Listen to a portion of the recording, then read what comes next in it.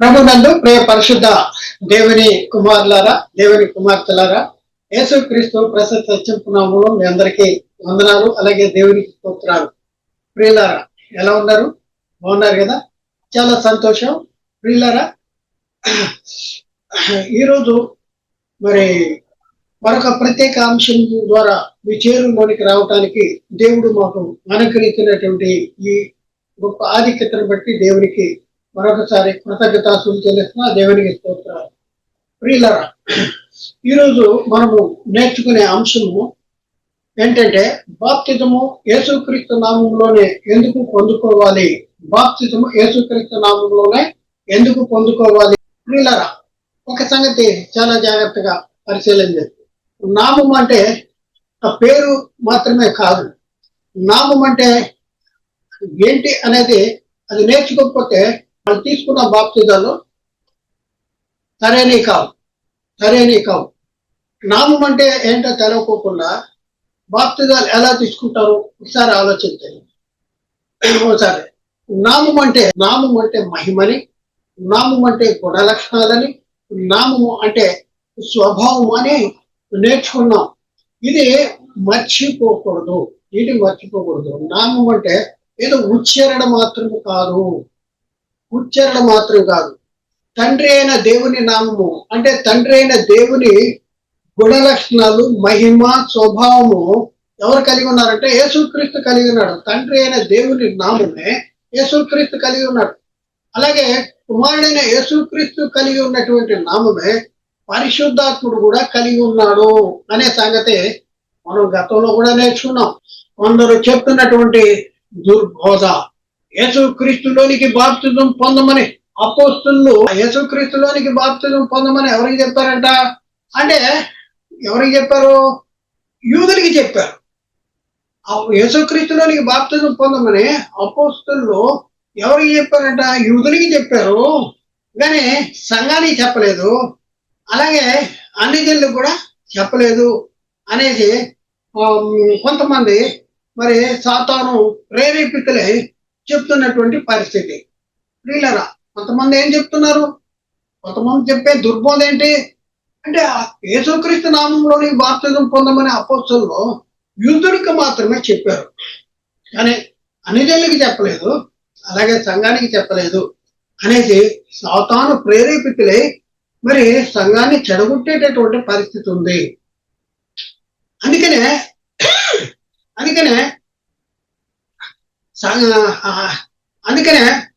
మరి బాప్తిజం ప్రేరేపితులు చెప్తున్నారు, పొందమని చెప్తున్నారే కానీ ఇచ్చినట్లు అంటే యేసుక్రీస్తు నామంలో బాప్తిజం పొందమని చెప్తున్నారే కానీ ఇచ్చినట్లు ఎక్కడైనా ఉందా?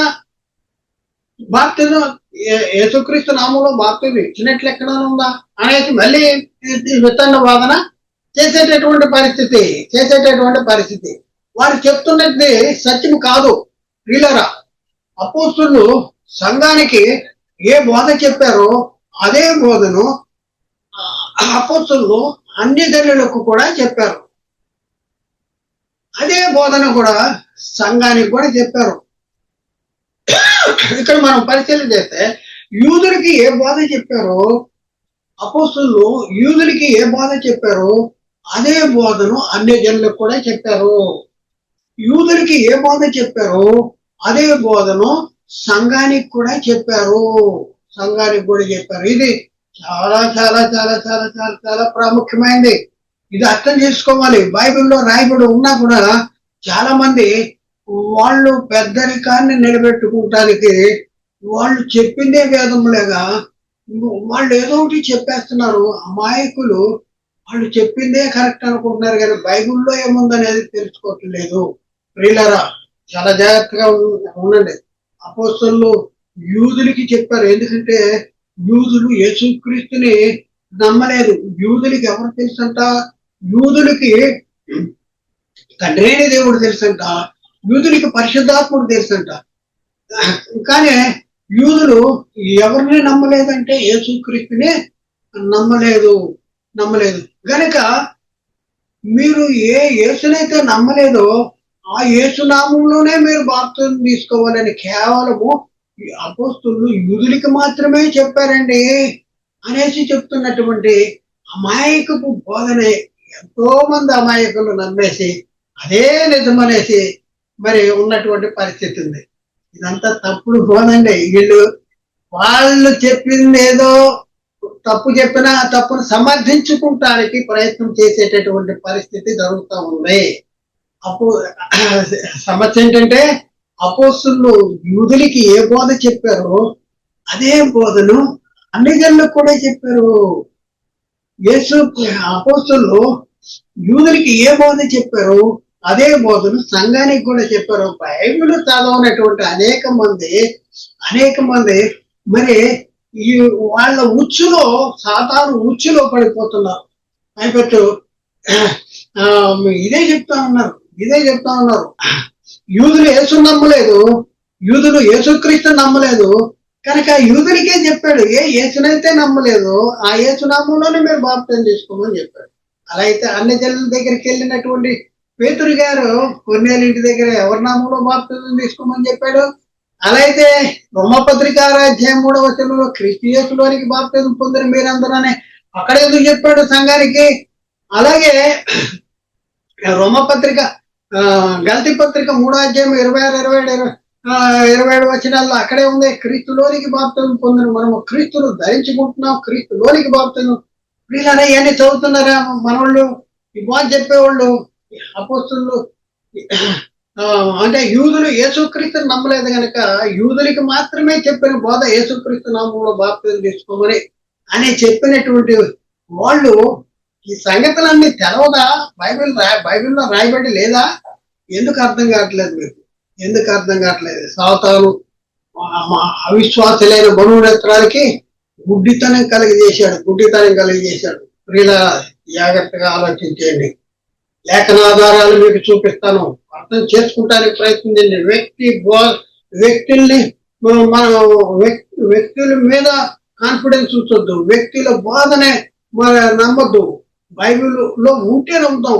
ఎవరినైనా కూడా బైబిల్ చెప్పింది బైబిల్లో ఉంటే మనం నమ్ముతాం. నేను చెప్పింది కూడా బైబిల్లో ఉంటేనే మీరు నమ్మండి, బైబిల్లో లేకపోతే నమ్మద్దు.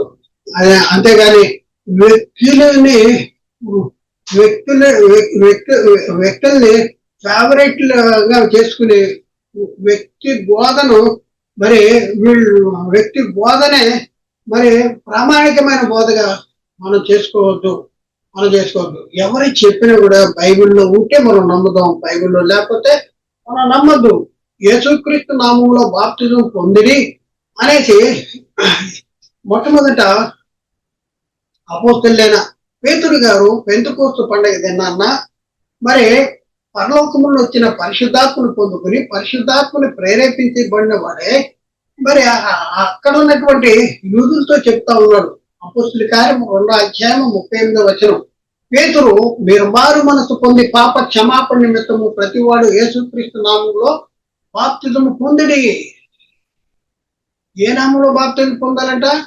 పేతురు అంటాడు మీరు మారు మనసు పొందండి, పాపాలు క్షమించబడాలంటే ఏ నామంలో బాప్తిజం పొందమన్నాడు? యేసుక్రీస్తు నామంలో బాప్తిజం పొందిడి అన్నాడు. ఎవరితో చెప్పిన మాట? నాటి యూదులతో చెప్పాడు. దేవుని వాక్యము దేవుని వాక్యాన్ని అంగీకరించిరని సమరయ వారు ఏ నామంలో బాప్తిజం పొందారు? దేవుని వాక్యాన్ని అంగీకరించిన సమరయ వారు ఏ నామంలో బాప్తిజం పొందారు అంటే ప్రభు అయిన యేసు నామముందు బాప్తిజం మాత్రం పొందిరి అనేసి లేఖనాల్లో రాయబడింది. ప్రభు అయిన యేసు నామముందు బాప్తిజం పొందిరి అనేసి అక్కడ రాయబడింది. ఎక్కడుందో చూద్దాం. ప్రియులారా, అపోస్తలుల కార్యాలు 8:12 చూస్తే, అపోస్తలుల కార్యం 8:12 చూస్తే, అయితే ఫిలిప్పు దేవుని రాజ్యమును గూర్చి యేసుక్రీస్తు నామమును గూర్చి సువార్త ప్రకటించుండగా వారు అతన్ని నమ్మిరి, పురుషులు స్త్రీలు బాప్తిజము పొందిరి అంటాడు. ఫిలిప్పు దేవుని రాజ్యాన్ని గురించి యేసుక్రీస్తు నామాన్ని గురించి సువార్త ప్రకటించినప్పుడు అనేక మంది నమ్మారంట. నమ్మేం చేశారు? బాప్తిజము తీసుకున్నారు. ఎవరు వీళ్ళు అంటే సమరయ వారు.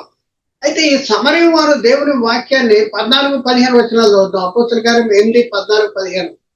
16 వరకు కూడా కింద వరకు చూద్దాం. సమరయ వారు దేవుని వాక్యమును అంగీకరించిన యెరూషలేములోని అపోస్తులను విని పేతురును యోహానును వారి యొద్దకు పంపారు. చూడండి, సమరయ వారు బాప్తిజం తీసుకున్నారు. అయితే సమరయ వారు బాప్తిజం తీసుకుంటే ఎవరికి తెలిసిపోయింది? యెరూషలేములో ఉన్న పెద్దలకి తెలిసిపోయింది. అయితే వాళ్ళు సమరయకి ఎవరెవరిని పంపించారు? పేతురుని యోహానును పంపించారు. ఈ పేతురు యోహాను వచ్చి ఏం చేశారు?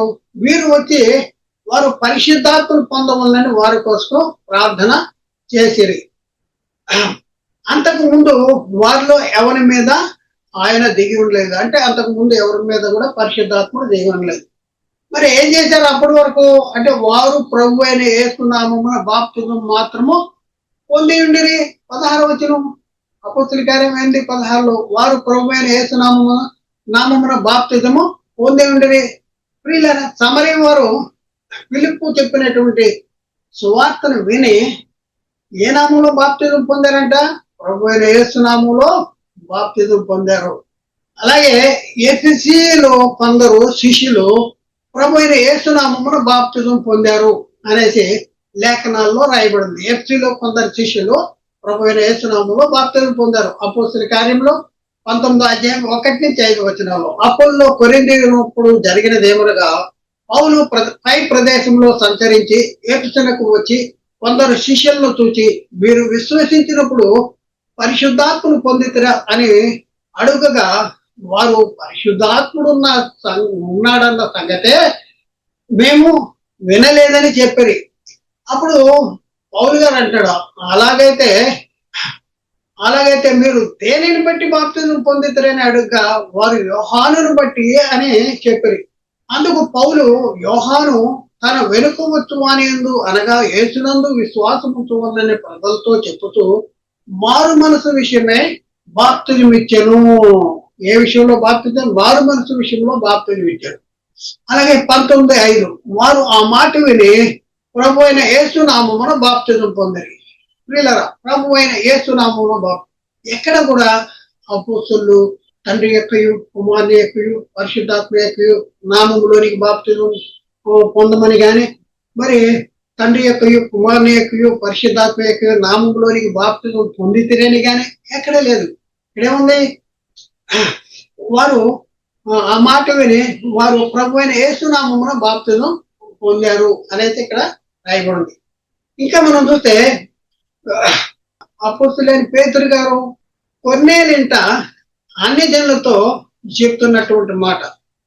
మొట్టమొదట అపోస్తలుడైన పేతురు గారు పెంతెకోస్తు పండుగ దినాన్న పరిశుద్ధాత్మను పొందుకుని మరి యెరూషలేములో మరి ఉన్నటువంటి ఆ యూదులకి చెప్పిన ఏ మాట అయితే చెప్పాడో అదే మాటను అన్ని జనులతో కూడా చెప్తా ఉన్నాడు.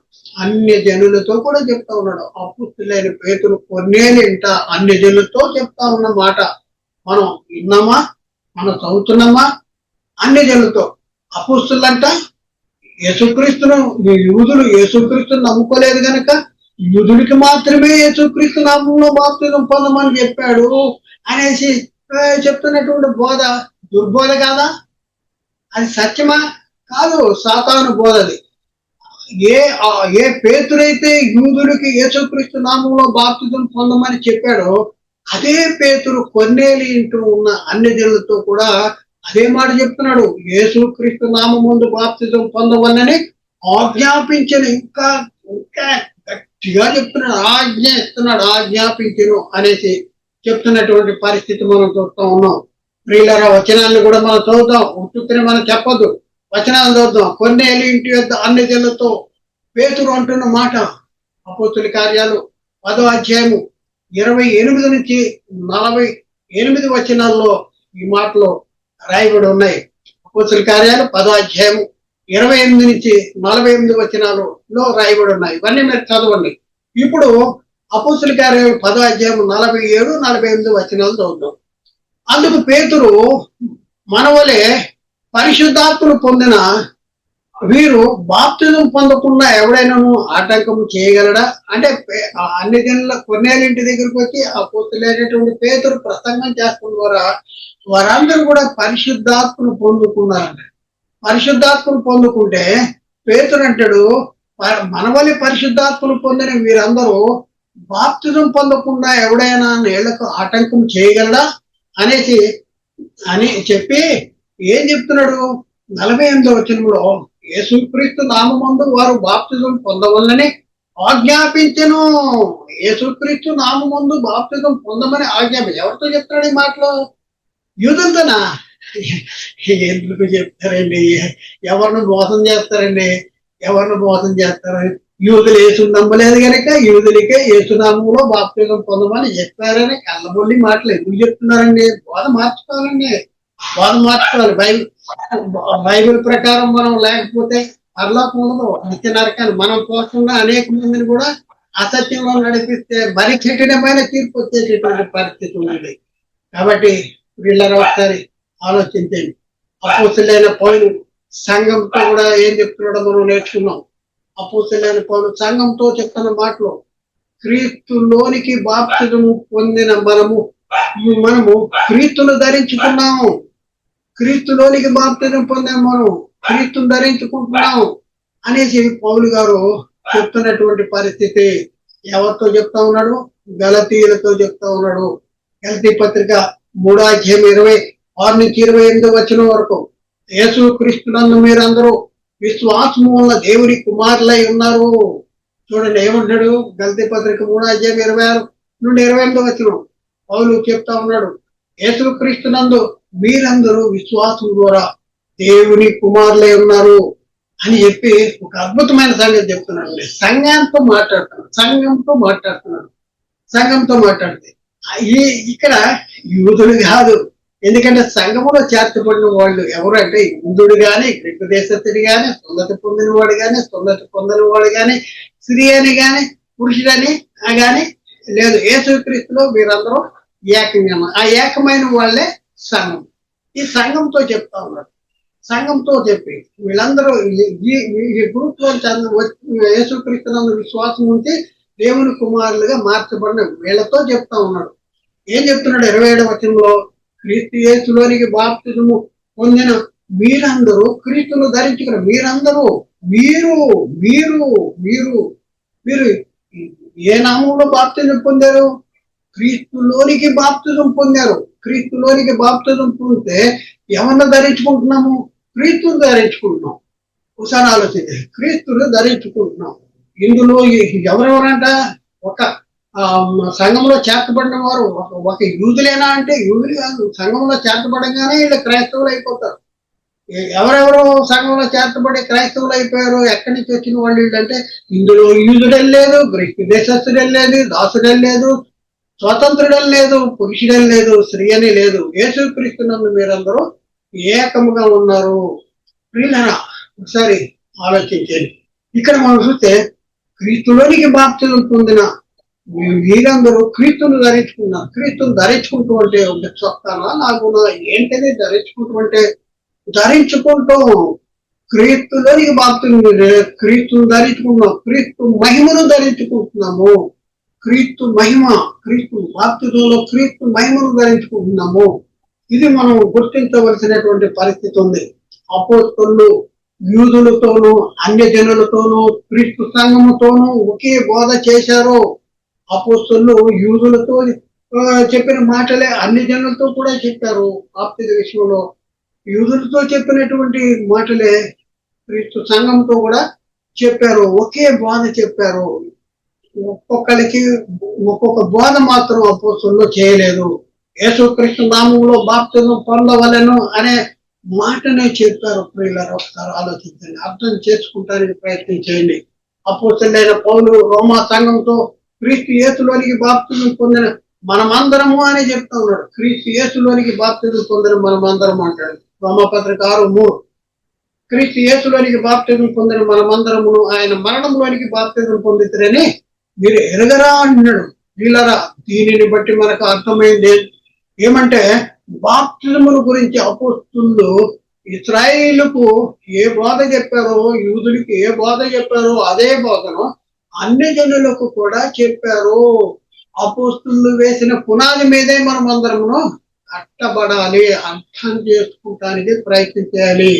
మనము యేసుక్రీస్తు మరణం యొక్క సాదృశ్యం ముందు క్రీస్తు కూడా ఐక్యము గలవారం కావాలంటే, క్రీస్తు పునరుద్ధానం యొక్క సాదృశ్యం ముందు క్రీస్తుతో కూడా ఐక్యము గలవారం కావాలన్నా యేసుక్రీస్తు నామంలోనే బాప్తిజం తీసుకోవాలి. అర్థమవుతుందా? ఒకసారి చాలా జాగ్రత్తగా పరిశీలన చేయండి. మళ్ళీ మళ్ళీ వినండి, మళ్ళీ మళ్ళీ అర్థం చేసుకోండి, మళ్ళీ మళ్ళీ వినండి, ఒకసారి ఆలోచించండి. మనము క్రీస్తుతో కూడా పాతి పెట్టబడాలంటే, క్రీస్తుతో కూడా లెగవాలన్నా యేసుక్రీస్తు నామంలోనే బాప్తిజం పొందాలి. యేసుక్రీస్తు నామంలోనే బాప్తిజం పొందాలి. పౌలు చెప్తున్నాడు కొరింథీ సంఘానికి, మొదటి పత్రిక రాశాడు 3వ అధ్యాయంలో 10-11 వచనాలు. దేవుడు నాకు అనుగ్రహించిన కృప చొప్పున నేర్పరి అయిన శిల్పకారుని వలె పునాది వేసి తిని మరొకడు దాని మీద కట్టుతున్నాడు. ప్రతి వాడు మరి దాని మీద ఎలాగూ కట్టుతున్నాడో జాగ్రత్తగా చూసుకోవాలి. నేను నేర్పరి అయిన శిల్పకారుని వల్ల పునాదేశ యేసుక్రీస్తు నామంలో బాప్తిజం పొందడి. మీరు ప్రతివాడు దాని మీద ఎలా కడుతున్నాడో జాగ్రత్తగా చూసుకోవాలి. ఎందుకంటే వేయబడినది తప్ప మరొక పునాది ఎవడు వేయనేడు, ఈ పునాది యేసుక్రీస్తే, ఈ పునాది యేసుక్రీస్తే. కాబట్టి ప్రియులారా ఒకసారి ఆలోచించండి. పౌలు గారు తిమోతికి చెప్తూ ఉన్న మాటలు, తిమోతికి రాసిన మొదటి పత్రిక 6వ అధ్యాయం 20వ వచనం, ఓ తిమోతి, నీకు అప్పగించబడిన దాన్ని కాపాడి అపవిత్రమైన వట్టి మాటలకు జ్ఞానమని అబద్ధముగా చెప్పబడిన విపరీతవాదాలకి దూరంగా ఉండు. జ్ఞానమని అబద్ధముగా చెప్పబడే విపరీత వాదాలు ఉంటాయి. విపరీత వాదాలు యూదులకు మాత్రమే చెప్పారు అపోస్తలులు. ఎందుకంటే యూదులు యేసుని నమ్మలేదు, అందుకని యూదులకి చెప్పారు. మరి అలాగైతే మరి అదే పేతురు కొన్నేళ్ళ ఇంటి దగ్గర అన్ని జనులకి ఎందుకు చెప్పాడు? మరి పౌలు గారి గల్తీ సంఘంతోనూ రోమా సంఘంతోనూ ఎందుకు చెప్పాడు యేసుక్రీస్తు నామములో బాప్తిజం పొందమని? ఒకసారి ఆలోచించండి. జ్ఞానం అని అబద్ధముగా చెప్పబడిన మాటలు, చెప్పబడిన విపరీత వాదాలకి దూరంగా ఉండాలి. కాబట్టి ప్రియులారా ఆలోచించేయండి, అర్థం చేసుకోవడానికి ప్రయత్నించండి. యేసుక్రీస్తు నామములో బాప్తిజం తీసుకుంటేనే క్రీస్తు మరణంలో పాలు పొందుతాం. యేసుక్రీస్తు నామంలో బాప్తిజం తీసుకుంటేనే క్రీస్తు పునరుద్ధానంలో పాలు పొందుతాం. మరి ఆయన మరణంలోనూ పునరుద్ధానంలో పాలువారమైన మనము క్రీస్తు మీద మరణం ఏ రకంగా అయితే అధికారం లేదు, అలాగే మన మీద కూడా మరణం అనేది అధికారము లేదు. కాబట్టి మనము జీవించుతున్నాము అనేసి మనం నమ్మవలసినటువంటి అవసరం ఉంది. కాబట్టి ఆలోచించేయండి ప్రియుల, అర్థం చేసుకుంటానికి ప్రయత్నం చేయండి. ఇవన్నీ కూడా వ్యక్తిగతంగా కానీ, సంఘపరంగా కానీ, సంస్థపరంగా కానీ తప్పు పట్టుకోవాలని, వాళ్ళ కించపరచాలని మేము ఈ వాక్యాన్ని చెప్పట్లా.